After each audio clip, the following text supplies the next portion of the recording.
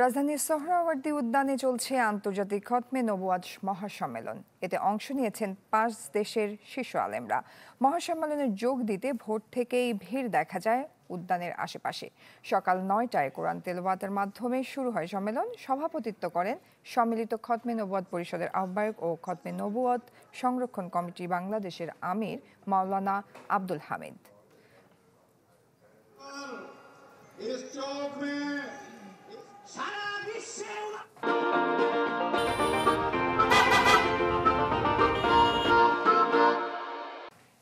দর্শকের বিষয় নিয়ে আরো বিস্তারিত খবরাখবর জানাতে আমাদের সাথে যুক্ত হচ্ছেন আমাদের সহকর্মীরা। চলে যাচ্ছে তাদের কাছে। শুরুতে দেখতে পাচ্ছি আমাদের সাথে যুক্ত হচ্ছেন মুহাজির হক। মুহাজির, আপনার পিছনের সম্মেলনের মানুষজন দেখতে পাচ্ছি আমরা।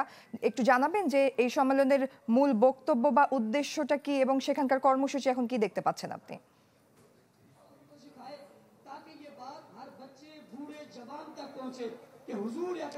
জয়ী, সকাল থেকেই সোহরাওয়ার্দী উদ্যান যেন এখন জনসমুদ্রে পরিণত হয়ে গিয়েছে তৌহিদি জনতার অংশগ্রহণে। সারা দেশ থেকে আগত এই তৌহিদি জনতা আজ সোহরাওয়ার্দী উদ্যানে যে অবস্থান করছেন, তাদের আসলে মূল উপলক্ষ এই খতমে নবুয়ত যে সম্মেলন আন্তর্জাতিকভাবে হচ্ছে, তার মূল উদ্দেশ্য হচ্ছে কাদিয়ানি সম্প্রদায় যারা রয়েছেন, যারা কাদিয়ানি, যারা বিশ্বাস করে যে নবীর পরও আরো নবী রয়েছে, তাদের রাষ্ট্রীয়ভাবে বাংলাদেশ থেকে রাষ্ট্রীয়ভাবে কাফের ঘোষণা করা, অমুসলিম ঘোষণা করা, সেই দাবি থেকে আজকে তাদের এই জমায়েত, তাদের এই অংশগ্রহণ।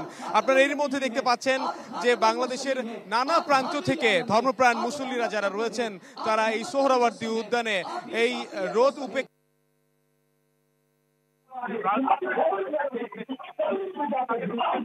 যোগ দিবেন বাংলাদেশের রাজনৈতিক দলের শীর্ষ নেতৃবৃন্দ এবং তাদের মধ্যে বিএনপি, জামাত, ইসলামী আন্দোলনের, এরই মধ্যে ইসলামী আন্দোলনের আমির মাওলানা মুফতি রেজাউল করিম পীর সাহেব চরমোনাই তিনি উপস্থিত হয়েছেন, হেফাজতের আমির তিনি উপস্থিত হয়েছেন এবং সব মিলিয়ে সবার অংশগ্রহণে আজকের এই আন্তর্জাতিক মহাসম্মেলন সম্মেলন কেন্দ্র এক মিলন মেলায় পরিণত হয়েছে।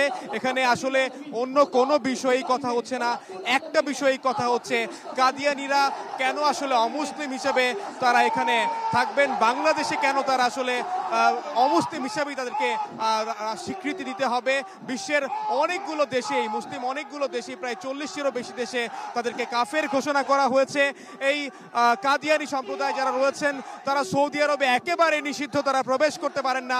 বাঙালি যারা রয়েছেন কাদিয়ানি, তারা ইসলাম ধর্মের পরিচয় ব্যবহার করে সৌদি আরবে যান, সৌদি আরবের পবিত্রতা নষ্ট করছেন বলে দাবি করছেন এখানকার ইসলামিক স্কলার যারা রয়েছেন। 5 দেশের শীর্ষ আলেমরা এখানে এসেছেন। আপনি জানেন যে 5 দেশের শীর্ষ আলেমরা এখানে উপস্থিত হয়েছেন, তারাও কথা বলছেন। এর মধ্যে অনেকেই কথা বলে ফেলেছেন আর অনেকে কথা বলবেন। দিনভর এই আয়োজন আছে। জয়ী, তো শেষ করতে চাই এভাবে যে এই কাদিয়ানিরা যারা রয়েছেন তারা খুব আজকের মধ্যেই এখানে বলা হচ্ছে যে আজকের মধ্যে যদি অনেক দাবি 5 আগস্টের পরে অনেকেই করেছেন, তবে এই তৌহিদি জনতার দাবি আজকের মধ্যেই এই কাদিয়ানিদেরকে রাষ্ট্রীয়ভাবে অমুসলিম হিসেবে ঘোষণা দিতে হবে। জয়ী, এই ছিল এখন পর্যন্ত আমার কাছ থেকে সবশেষ তথ্য। মুহাজির, ধন্যবাদ আপনাকে। দর্শক, আমরা দেখতে পাচ্ছি আমাদের সাথে আরেক সহকর্মী সুলতান মাহমুদ আরিফ যুক্ত হয়েছেন। আরিফ, আপনি রয়েছেন ঢাকা বিশ্ববিদ্যালয়ের টিএসসি এলাকাতে, তো সেখানকার পরিস্থিতি কি দেখতে পাচ্ছেন? সম্মেলন ঘিরে, এই বিশাল সম্মেলন ঘিরে সাধারণ মানুষের কি কোনো রকম কোনো কষ্ট হচ্ছে কিনা রাস্তাঘাটে, সেই বিষয়টি একটু জানাবেন আমাদের।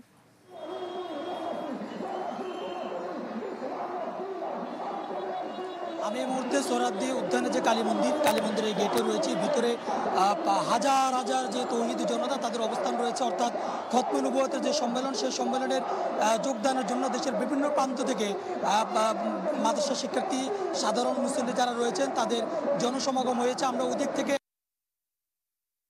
প্রত্যেকটি রাস্তার মোড়ে মোড়ে প্রত্যেকটি জায়গায় আমরা এরকম যে তৌহিদি জনতা তাদের